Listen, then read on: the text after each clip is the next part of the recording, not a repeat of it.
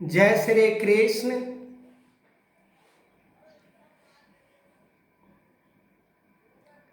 सभी धर्मशास्त्र वेद ग्रंथ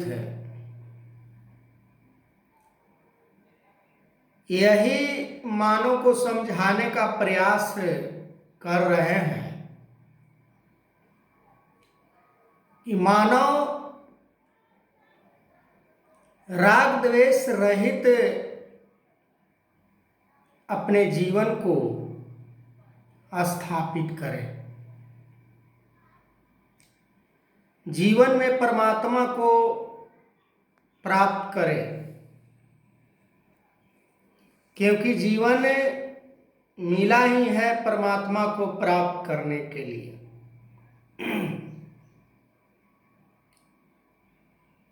भगवान कृष्ण ने अर्जुन को इस संसार के मोह बंधन से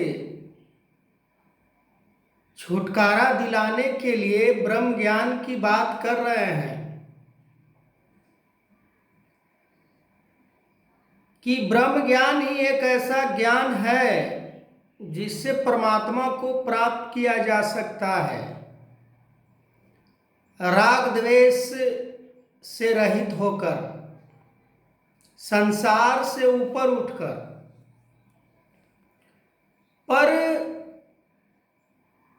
अर्जुन को भी ये बात समझ में नहीं आ रहा था कि संसार से कैसे ऊपर उठा जाए, संसार को कैसे त्याग किया जाए। और आज हम भी इसी मोह जाल में फंसकर रह जाते हैं। संसार से ऊपर उठने का यदि गुण हमारे अंदर आता है तो कैसे आता है? संसार से ऊपर उठने का तरीका कौन सा है? संसार से ऊपर उठने के उपरांत किन किन चीजों को हमें कुर्बान करनी है, इसकी जानकारी हमें होनी चाहिए। हम किसी अमुक चीज को समझते हैं कि ये हमारे धर्म के ऊपर एक कार्य करता है। बहुत सारे ऐसे चीज है जिसे हम धर्म से जोड़ते हैं। संसार में संसार के वस्तु को हम समझते हैं कि ये हमारे हित में है, अहित में नहीं है। हमें संसार से ऊपर संसार के वस्तु कोई उठा ही नहीं सकता है, क्योंकि संसार के वस्तु संसार में राग द्वेष से रहित नहीं है। राग द्वेष से रहित तो बस मात्र एक ही है, जो प्रभु परमात्मा, जिसे हम भिन्न भिन्न नामों से पुकारते हैं। पर ब्रह्म ज्ञान वो ज्ञान है। ब्रह्म ज्ञानी संत वो संत होते हैं समुद्र के जैसे, जैसे समुद्र में कोई हलचल नहीं होता, ठीक उसी प्रकार ब्रह्म ज्ञानी के हृदय में राग द्वेष के कितना भी उसके पास सामग्री आ जाए, पर वो राग द्वेष में नहीं फंसते। अब समझ में हमें ये नहीं आता कि राग द्वेष होता क्या है। राग द्वेष में यदि हम देखें तो पूरे संसार आ जाता है। धन दौलत, रुपया पैसा, जमीन जायदाद, पद प्रतिष्ठा,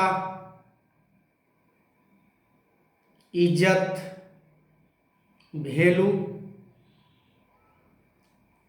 जो भी यानी हम मन से सोचते हैं, तभी तो कहा गया है कि मन बेचिए गुरु के पास, पार ब्रह्म है निकट कर पास। कि जिस मन से हम संसार के बारे में सोच रखते हैं या सोचते हैं, उस मन को भी गुरु के चरणों में समर्पित करना होता है। और जिस मन से यदि हम सोचते हैं कि अमीर बन जाएं, धनवान बन जाएं, बहुत बड़ा प्रतिष्ठित हम व्यक्ति बन जाएं, बहुत बड़ा ओहदे पर हम चले जाएं, तो ये मन हमारे कल्याण के रास्ते में बाध्य हो सकते हैं, हो नहीं सकते हैं। तो इन सभी को हमें त्याग करनी है। जैसे ब्रह्म ज्ञान प्राप्त करने के बाद हमारे मन के अंदर लोभ लालच स्वार्थ आ जाता है, तो पुनः ब्रह्म ज्ञान हमें प्राप्त करनी चाहिए। जैसे अर्जुन को ब्रह्म ज्ञान प्राप्त था, फिर भी अर्जुन मोह के अंदर फंसते जा रहे थे, पर बात वो पंडित्य वाली करने से बाज नहीं आते थे। वो बात धर्म वाली करने से बाज नहीं आते थे कि मैं युद्ध नहीं करूंगा, फिर भी मैं धर्म के रास्ते पर चलने वाला कहलाऊंगा। मैं युद्ध नहीं करूंगा, फिर भी हमें यश प्राप्त होगा। मैं युद्ध नहीं करूंगा, हमें समाज में आदर सम्मान प्राप्त होगा। बहुत सारे बात उनके मन के अंदर चल रहा था, पर भगवान कृष्ण गुरु रूप में उन्हें बार बार एक ही बात समझा रहे थे कि तुम्हें युद्ध तो करना ही पड़ेगा। युद्ध नहीं करोगे तो तुम धर्म के रास्ते पर नहीं चलने वाले कहला सकते हो। युद्ध नहीं करोगे तो तुम क्षत्रिय नहीं कहला सकते हो। तुम युद्ध नहीं करोगे तो समाज में तुम एक कायर से कहलाने से अधिक तुम्हें रुतबा प्राप्त नहीं होगा। जब गुरु हमें ये सजेशन देते हैं, ये सलाह देते हैं, ये हमें समझाते हैं, पर हम उसका विपरीत करना शुरू कर देते हैं, और फिर भी हम सोचते हैं कि हम गुरु के मत को लेकर भक्ति कर रहे हैं। इतिहास के पन्ने यदि खोलकर देखा जाए, बहुत सारे ऐसे भी भक्त हुए जो एक एक कतरा के लिए रात दिन परेशानी के सामना करते रहे। एक एक बूंद पानी के लिए वो तरसते रहे। यदि ईसा मसीह की बात की जाए, यदि नामदेव जी तुकाराम की बात की जाए, यदि माता सबरी मीराबाई की बात की जाए, यदि बुल्ले शाह सहजोबाई की बात की जाए, बुद्ध से लेके विवेकानंद से लेके एकनाथ तक यदि हम बात करें, बाबा गुरबचन सिंह जी महाराज, अवतार सिंह जी महाराज, बुट्टा सिंह जी महाराज, काहन सिंह जी महाराज एक साधारण से जीवन जीकर राग द्वेष से ऊपर उठकर संसार को एक नया दिशा दिखलाने का काम किए, ब्रह्म ज्ञान से जोड़कर उसके जीवन में खुशियां लाने का प्रयास किए। पर आज हम एक दूसरे के मन के अंदर जहर घोलने का काम करते हैं, एक दूसरे के मन में हिंसा उत्पन्न करने का काम करते हैं, एक दूसरे के मन में दुत्कारने का भाव भरने का काम करते हैं, एक दूसरे के मन में नीचा दिखलाने का भाव गुण से अवगत कराने का प्रयास करते हैं। तो क्या यही देन हम उन गुरु पीर पैगंबर या महापुरुष संत जनों से सीखा है?